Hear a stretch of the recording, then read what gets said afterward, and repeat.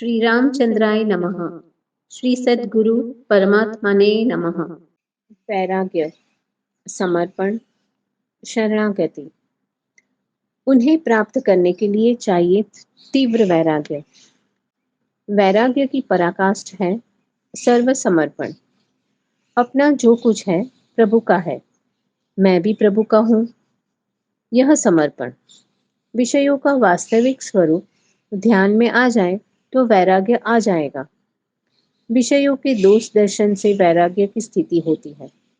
विवेक, विचार और वैराग्य युक्त जीवन होना चाहिए। हमारे पास प्रभु को प्राप्त करने के लिए कोई साधन नहीं, केवल उनकी कृपा से वे प्राप्त होते हैं। कृपा प्राप्त करने के लिए है शरणागति। सेवा और शरणागति एक ही है। दोनों में अपने को मिटा देना पड़ता है। शरण हुए बिना सेवा नहीं हो सकती। प्रभु अपने शरणागत को नहीं छोड़ सकते, वह उनके हाथ की बात नहीं। प्रभु जिसको अपनाते हैं उसे कभी नहीं छोड़ सकते, वह उनकी शक्ति से बाहर की बात है। यह उनकी अमोघ प्रतिज्ञा है, कभी नहीं टल सकती। ममपन शरणागत भयहारी। मानस जी, योगक्षेम वहाम्यहम्। गीता जी, इसलिए निद्वंद रहना। नारी का सर्वस्व पति परायणता, पुरुष का सर्व पत्नी विश्वास। हर समय इसका विचार करो। जब तक हमारी व्यवहार शुद्धि नहीं होगी तब तक हमारा असत्य छूटेगा नहीं। हम अकारण असत का विचार ना करें, उसको निकालने का प्रयत्न करो। प्रत्येक मनुष्य को अपने जीवन पर विचार करके अपने दोषों को देखना चाहिए। जीवन का शुद्ध व्यवहार आत्मबलि बनाता है। सत्संग तभी हो सकता है जब असत्य का संग छूटे। असत्य का संग न छूटे तो सत्संग कैसा? सत्संग है जो कुछ हमने सुना वह आचरण में लाने का प्रयत्न करें। हम में कौन सी चीज असत्य है उसको निकालो। असत का जहां निकाल हुआ वहां सत आकर बैठ जाएगा।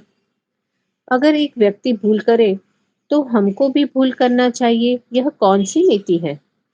ऐसा नहीं, वह भूल करता है तो हमको उसकी भूल सुधारने का प्रयत्न करना चाहिए। हमको भूल नहीं करना चाहिए। भूल कब होती है कि जब अपने को बुरा लगता है, वह दूसरों को देते हैं। बस यह एक ही बात का ध्यान रखें। कितना भी सुखी होवे पर अविवेक से दुखी होता है मनुष्य। उत्तम विचार से उत्तम आचरण और अंतिम समय में उत्तम विचार हो तो परम शांति मिलेगी। थोड़ी सी जिंदगी में दूसरों को क्या कष्ट देना। जहां जैसा हो वैसा जीवन बनाओ, उसका नाम है त्याग। संयम से आत्मबल बढ़ता है और उससे बुद्धि में विकास होता है। वैराग्यहीन पुरुष तत्काल गिर जाता है। वेलोर, काठपाड़ी, जनवरी 1967। जीवन को गढ़ने में विचार ही मुख्य है। विचारों के परमाणु बनते हैं। विचार ही कर्म के प्रेरक है, इसलिए विचार ही मुख्य है। परमात्मा से यही मांगना कि विचार हमारे उदार रहे। देवकरण भाई के साथ गीदू भाई कोटक बिहार के राहत कार्य की बात करने के लिए वेलोर आए थे। श्री गीदू भाई के साथ साधना की भी बातचीत हुई। पूज्य गुरुदेव ने कहा, मार्गदर्शक में अटल विश्वास। नास्तिकता, अश्रद्धा, उपरति, यह सब साधन के विघ्न है। साधन में अटूट श्रद्धा की जरूरत है।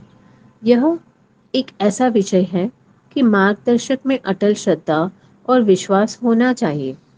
तीव्र जिज्ञासा से प्रभु प्राप्ति होती है और जिज्ञासा सत्संग से उत्पन्न होती है।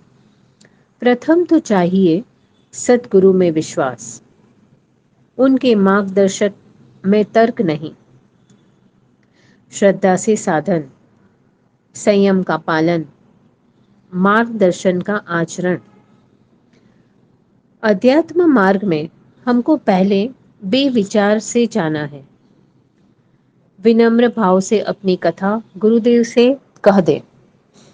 दूसरा, पूज्य गुरुदेव में पूर्ण विश्वास, उनके निदान में पूर्ण विश्वास और साधन बतावे उसमें पूर्ण विश्वास। जो समय बतावे उतना समय बराबर साधन करना, जैसा बतावे वैसा साधन करे। कम से कम 3 घंटा रोज बराबर साधन करे। जब तक धारणा पक्की न हो तब तक ध्यान की स्थिति नहीं होती। प्राण का निरोध करने के पहले मन का निरोध करो। स्मृति दूसरी चीज का स्मरण ही न कर सके, केवल चिंतन। स्मृति अगर ईश्वर अनुरागी बन जाए तो अनुभूति होती है। वासनाओं का क्षय हो जाए तो मन स्तब्ध हो जाता है। राजयोग है प्राणायाम पर जोर न देकर क्रिया पर जोर देना। मन की गति रोकने से प्राण की गति रुक जाती है, अपने आप प्राणायाम हो जाता है। शरणागति राजयोग से कठिन है। प्रभु के अनुकूल ही संकल्प हो, यह है शरणागति। शरणागति माजारी न्याय है। जीवन यापन के साधनों के संग्रह करने में जो तन्मयता होती है, इससे आधी भी यदि आध्यात्मिकता में होवे तो चौक्कस आत्मबल मिले। बिहार दुष्काल राहत के लिए रात्रि को तार आया कि श्री देवकरण भाई, श्री देबर भाई और श्री गीतू भाई आ रहे हैं। दूसरे रोज मैं यह सोच रही थी कि पूज्य गुरुदेव का स्वास्थ्य कुछ सुधार पर है और फिर काम में लग जाएंगे तो फिर स्वास्थ्य पर असर पड़ेगा। पूज्य गुरुदेव तो अंतर्यामी है, कहाँ उदास क्यों? चंदू की बहन होकर तुम्हारी आंखों में आंसू? देखो, बिस्तर पर पड़े पड़े मेरा शरीर छूटेगा तो तुम्हें क्या मिलेगा? मेरे रक्त का एक एक बूंद गरीब और देश के लिए है। पूज्य गुरुदेव ने यही कहा। जब तक शरीर ने साथ दिया, अपने स्वास्थ्य की परवाह न करते हुए परिश्रम किया। जब राहत कार्य का नक्की हुआ तब पूज्य गुरुदेव ने यह दोहा बनाया। तारीख 26/1/67। विघ्न विचारत भीरु जन, नहीं आरंभे काम। विपत्ति देख छोड़े तुरंत, मध्यम मन कर श्याम। पुरुष सी संकल्प कर सह के विपत्ति अनेक, बना न छोड़े देह को रघुवर राखे भीख की टेक। वाणी की लाज रखने वाले हैं प्रभु। भगवान कभी अपना कर छोड़ते नहीं। बिहार राहत कार्य में जाने समय सबसे कहा, सेवा। सेवा है कांटों की शैया पर सोना। सेवा प्राणों की बलि है। नहीं करी है तो करके देखो। सेवा यानी बलिदान। सेवक सुख जहे मान भिखारी। यदि सेवा यथार्थ रूप से की जाए तो रागादि दोष बढ़ता नहीं। अहम की वृद्धि करने के लिए सेवा मत करो, मानवता के लिए सेवा करो। जो दृष्टि विषयों में मानते हो वह सेवा में मिलेगी। सेवा करने से संतोष की एक लहर मन में उठती है। अहम और स्वार्थवश सेवा अपने को नीचे गिराती है। जिनकी सेवा करे उनको भगवान से अलग न माने। सेवा करने से अंतकरण में शुभ प्रभाव पड़ता है। राम रमे सब विश्व में, विश्व राम के बीच। यह ही ध्यान है मोक्ष प्रद, बना न आवे मीच। मेरे तेरे का भान छोड़कर भगवत रूप सबको समझकर सेवा करो। स्वार्थ का त्याग और दूसरों में आत्मीयता प्रतीत हो तो सेवा हो सकती है। स्वार्थ रहित सेवा भगवान की सेवा है। नाम स्मरण करते हुए हम गरीबों की सेवा करते हैं, उसमें दुगना लाभ है। दान सेवा करके संतोष न मानना। उत्तरोत्तर जीवन में ध्येय में आगे बढ़े, यही लालसा रखो। रंका, जिला पलामू, बिहार, 1967। बिहार दुष्काल राहत का काम करीब 8 महीना चला। मानव राहत मंडल की स्थापना। प्राणी मात्र का ध्येय है सुख चाहना। सुख आत्म साक्षात्कार के बिना स्थिर होता नहीं। आत्म साक्षात्कार का अर्थ है ईश्वर प्राप्ति। निष्कर्ष यह है कि प्राणी मात्र का ध्येय है आत्म साक्षात्कार, ईश्वर प्राप्ति। किसी वस्तु में जब तक इच्छा न हो तब तक उसको प्राप्त करने की प्रवृत्ति नहीं होती। ज्ञान का अर्थ है प्रभु को जानना। किसके द्वारा जानना? भक्ति द्वारा जानना। ज्ञान कैसे होवे? गुरु बिन होवे की ज्ञान, ज्ञान की होवे भक्ति बिनु। मानस जी, धीरज से साधन करो। साधन निष्ठा युक्त होना चाहिए। निष्ठा बगैर जो साधन है वह परिश्रम मात्र हो जाता है। जितने साधन है सब अनुमान है और अनुमान से अनुभव होता है। वह ऐसी वस्तु नहीं कि अप्राप्त हो। वासना के क्षय में मोक्ष का स्वरूप यथार्थ दिखता है। वासना का क्षय होता है तो मन स्तब्ध हो जाता है। जब मन की विक्षिप्तता जाती है, जब एकाग्रता होती है, तब जड़ता, स्तब्धता आती है। जाप बंद हो जाता है और घबराहट होती है। एकाग्रता और लय के बीच में शुष्कता आ जाती है, पर फिर आगे बढ़ने पर सरसता आती है। जितनी आनंददायक संपत्ति है सब उदय हो जाती है। जो कुछ भी हो धीरज पूर्वक करो। कभी धीरज कंटाला उपजाती है, लगे रहने पर अवश्य प्राप्त होता है। मन जहाँ स्थिर हुआ, निसंकल्प हुआ, निश्चेष्ट हुआ, तो फिर क्या पूछना। मन की उत्पत्ति। जिसको आप मन कहते हैं उसकी खोज करिए। मन का उत्पत्ति स्थान क्या? तब अपने को आगे बढ़ने का विचार आवे। जब तक मन का उत्पत्ति स्थान, मन की ग्रहण शक्ति ठीक से न समझे तब तक विक्षिप्तता होगी।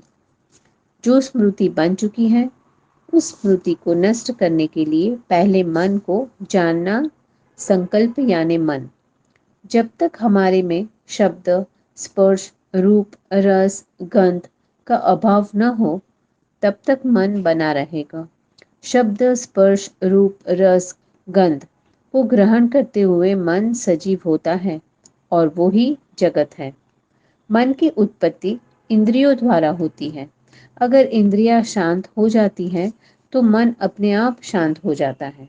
पहले इंद्रियों को वश में करना चाहिए। हम बुरी चीजें ना सुने, ना देखें तो बुरे संस्कार हम में ना पड़े। मन इंद्रियों से उत्पन्न होकर इंद्रियों पर ही शासन करता है। उसको इंद्रियों द्वारा जो शक्ति मिलती है उससे स्मृति उत्पन्न होती है। बार बार जो विचार उत्पन्न होता है उसका नाम स्मृति। अब स्मृतियों का नाश करने के लिए मन को आगे न बढ़ने देना चाहिए। इसके लिए प्रत्याहार, वृत्तियों का निरोध। सबसे पहली वस्तु यह है कि मन जहाँ से उदय होता है वहीं उसको स्तब्ध करो और उसको स्तब्ध करने के लिए इंद्रियों का संयम करना चाहिए। ज्ञान तंतुओं से संलग्न होकर सृष्टि का क्रम रचता है यह मन। मन है कारण जगत का, मन का कारण जगत। अनुभव कर सब कहते हैं ज्ञानी कर्मठ भगत। चेतन की एक दशा का नाम मन है। शांत चित होकर धीरज से अभ्यास करने पर अपने आप मन शांत हो जाएगा। मन को वश करने के ईश्वर ध्यान पुष्ट सोपान है। स्मृति अगर ईश्वर अनुरागी बन जाए तो अनुभूति होती है। ईश्वर के सहारे बिना धैर्य और साहस स्थिर नहीं रह सकता। ईश्वर निष्ठा ही हमारे धीरज और साहस का आधार है। अगर ईश्वर जैसा तत्व है तो वह निश्चय ही हमारी सुनेंगे। हम पात्र नहीं तो भले हमको अनुभव न हो पर ईश्वर अवश्य है। साधु और संस्कृति रक्षा। साधु स्वयं ही प्रजा की संपत्ति है तो निश्चित है कि उसकी संपत्ति प्रजा की ही है। तो फिर हम कैसे उपयोग करेंगे? साधु का संस्कार है अपना भोजन भी कोई मांगे तो दे देना चाहिए। हमेशा त्याग में सुख है, अनुराग में नहीं। तुलसी साधु जगत गुरु जग से रहे निराश। जब आशा पीछे लगी जगत गुरु वह दास। जीवन यापन के अतिरिक्त धन को जो जहर समझे, ऐसे साधु ही देश की संस्कृति की रक्षा कर सकेंगे। उसके लिए रोटी की कभी कमी नहीं रहेगी, पुरुषार्थ की कमी है। सच्ची वस्तु तो यह है कि जब साधु दृढ़ संकल्प होकर संस्कृति की रक्षा में मुड़ेंगे तो इनको द्रव्य की कमी नहीं रहेगी। भगवत स्मरण अवश्य करो अंतरंग मन से, पर बहिरंग मन होवे तब क्रिया करो। कोई भी 24 घंटा भजन नहीं कर सकता। मैंने अयोध्या में साधुओं से यह कहा तो मुझे नास्तिक कहा गया। सच है, मैं नास्तिक हूँ। अगर मैं आस्तिक होता तो देश की यह दशा न होती। 10 साल के बाद जब सब ईसाई हो जाएंगे तो तुम्हारा वेदांत कौन सुनेगा? तुम्हारे धर्म की पुस्तक जलाई जाएगी। शुभ कर्म में ईश्वर जरूर मदद करेंगे। क्रिया में दंभ न हो। क्रिया का दम पतन अवस्था में ले जाता है। हमारा काम ठोस हो जाना चाहिए। जो विचार क्रिया में परिणित न होवे वो गपाड़ा। जिसका संकल्प दृढ़ है उसका कार्य चलता ही रहेगा। विचार उत्तम हो, दृढ़ संकल्प हो और आत्मबल हो तो सफलता ही है। आदिवासियों के लिए अपना स्वार्थ त्याग कर सेवा में लग जाना। देखिए, समुद्र पार के अमेरिकी, जर्मन, यूरोप के लोग कष्ट सहन कर जंगलों में पड़े हैं। कितना कष्ट सहन कर, कुटुंब त्याग कर, देश त्याग कर, पैसा खर्च करके यहाँ आए हैं। इसी तरह अपने देश के लोग यहाँ लग जाएं तो चौक्कस लाभ होगा। ईसाइयों की तरह स्कूल, अस्पताल आदि खोलकर सेवा करो। आशा का परित्याग करके सेवा करो। सोचो, हर एक मनुष्य हमारी सेवा की आशा करता है। आदिवासी बालकों को जो संस्कार डालोगे वे उसमें ढल जाएंगे। प्राणी मात्र सुख का इच्छुक है। बुद्धिजीवी पुरुष हमारी सुख की खोज से गैर लाभ उठाते हैं। बुद्धिजीवी स्वार्थ का त्याग नहीं कर सकता। जो पुरुष पैसे के पीछे अपनी जात को बेच चुका वह क्या देश का भला कर सकेगा? जिस अनाज के बिना मनुष्य चक्कर खाकर गिर जाता है वहां भी अनीति। अपनी मानवता कहाँ गई? जिस देश में जिस पुरुष ने नेता बनकर त्याग नहीं किया, ऐसे व्यक्ति से देश का क्या भला होगा? कर्तव्य में कामना क्यों? दुख इस बात का है कि आने वाली पीढ़ी की क्या दशा होगी। जिन महान पुरुषों की आशा करते थे उनकी भी दूर दौड़ चल रही है। भोगियों को शिंगड़ा हो गए, योगियों को पुछड़ा लग गए, रोगियों की जीभ छूट में हो गई। परिस्थिति ऐसी हो गई है। हमारे देश में योगियों की भरमार है और हमारे देश का इतना पतन। मैंने रामपा को तिब्बत में यही कहा था कि तुम्हारे जैसे योगी के रहते हुए तिब्बत का पतन, यह इतनी उत्तम संस्कृति की यह दशा, तो हमारी योगियों की भूमिका में फेर है। हम आपको धोखा देते हैं। यह टीका का विषय नहीं, दुख का विषय है। यह देश की दशा, यह संस्कारहीनता सत्य की खोज के लिए तैयार नहीं। हम आपको धोखा देते हैं। एक एक दाने के लिए हम दूसरे देश की ओर देखते हैं और ऐसी ही परिस्थिति रही तो देश पराधीन हो जाएगा। अगर देश अब की बार पराधीन हुआ तो संस्कृति का नाश होगा। दिन प्रतिदिन ईसाई बढ़ रहे हैं, फिर आपका योग कौन पूछेगा? यह कटु है पर सत्य। हम महान पुरुष इस परिस्थिति के जवाबदार हैं। सदैव साधु ही इस देश के कर्णधार हुए हैं और होंगे। वे ही देश का उद्धार करेंगे। जिसने पराये के लिए अपना जीवन समर्पण कर दिया वह साधु। साधुता हमेशा स्वार्थ की विरोधी है और ऐसे साधुओं के हाथ से ही देश का उद्धार होगा। जब हमें हमारे स्वरूप का भान होगा तब देश का उत्थान होगा। संस्कृति की रक्षा के लिए प्राण दान देना ही पड़ता है। आदि शंकराचार्य, श्रद्धानंद जी, महर्षि दयानंद सरस्वती आदि कितने महान पुरुषों ने संस्कृति की रक्षा के लिए अपने प्राणों की बलि दे दी। आज की परिस्थिति में धीरज और साहस से काम लो, दूसरे का कष्ट निवारण करने का प्रयत्न करो। मेरा जन्म खूब होवे, पर हरि स्मरण न छूटे, और भगवत स्वरूप समझकर इनकी सेवा न छूटे। अगर रंका में स्वयं सेवकों के बदले अपने नौकर रखते तो क्या हम सफल हो सकते थे? कनुभाई, बाबूभाई, बटुक भाई आदि हैं मेरे सैनिक, 24 घंटा काम करने वाले। इन लोगों ने कितना त्याग कर, दुकानें आदि बंद रख कर की सेवा की है। इनको इसका परिणाम मिल चुका। आत्मसंतोष हुआ कि दुष्काल पीड़ित लोग काम करने योग्य तो रहे। रंका के महाराजा बड़े सज्जन हैं। हम यहाँ ऐसे रहे कि जैसे हमारा घर हो। करुणा मानव का दिव्य भूषण। पहले करुणा उदय होती है, फिर दया। करुणा दया का पूर्व रूप है। जब करुण रस व्याप्त होता है, तब सारी संपत्ति एक तरफ और करुणा एक तरफ। करुणा जब उदय होती है, तब ममत्व उसमें मिल जाता है। करुणा मानव का दिव्य भूषण है। वह मानव को उच्च पद देने को आग्रही है। शास्त्र। मैं सबसे पहले शास्त्र का अर्थ समझाता हूँ। व्यवहार शुद्धि। जिसका व्यवहार अत्यंत शुद्ध है, वह जीवन मुक्त है। जहाँ व्यवहार की शुद्धि होती है, वहाँ सत्व का उदय होता है, और जब सत्व का उदय होता है, वहाँ मार्ग अपने आप मिल जाता है। समाज रचना में कैसे शुद्धि आवे, यह विचार कर महान पुरुषों ने शास्त्र रचा। अपने ठीक स्वरूप को, जगत को जानने का नाम है सत्संग।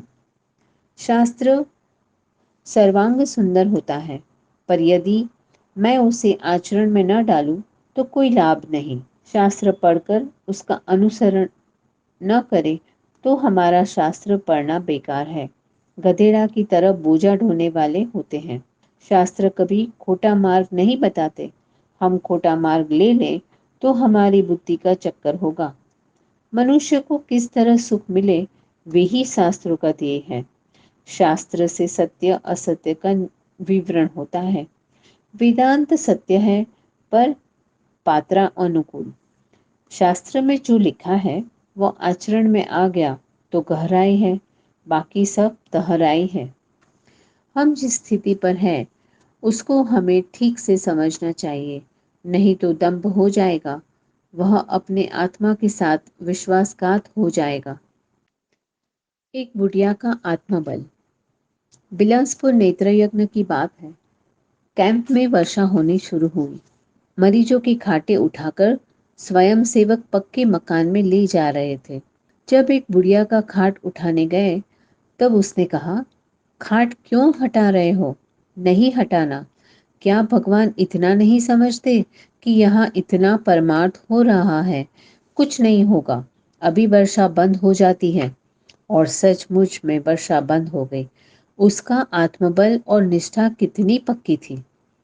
संसार तो क्षण का सार है। क्षण में से क्या निकले?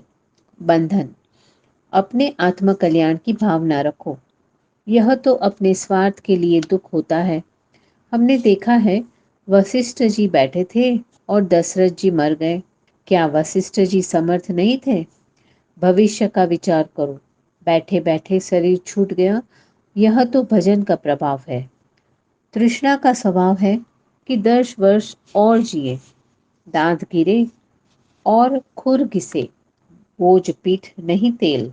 ऐसे बूढ़े बेल को कौन बांध लेत? यह आनंददायक जीवन नहीं। जिनकी इच्छाएं बनी रहती है, बलवती है, वह दरिद्र है। संग्रह की ना नहीं, पर विवेक पूर्ण होना चाहिए। इच्छाओं को रोकने के लिए जबरदस्ती करने पर आनंद नहीं आता। उनको विचार पूर्वक शांत करो। क्यों और किस लिए, वह अपने आप शांत हो जाएगी। इच्छाओं को दबाव मत, पर समझाकर निर्बल बनाओ। प्रभु ने बुद्धि दी है पुरुषार्थ के लिए। जब बुद्धि थक जाए तो परमात्मा को सौंप दो। उदाहरण, गज और ग्राह की कथा। हाथी ने अपने को छुड़ाने का प्रयत्न किया, पर जब वो थक चुका तब हरि को याद किया और प्रभु ने रक्षा की।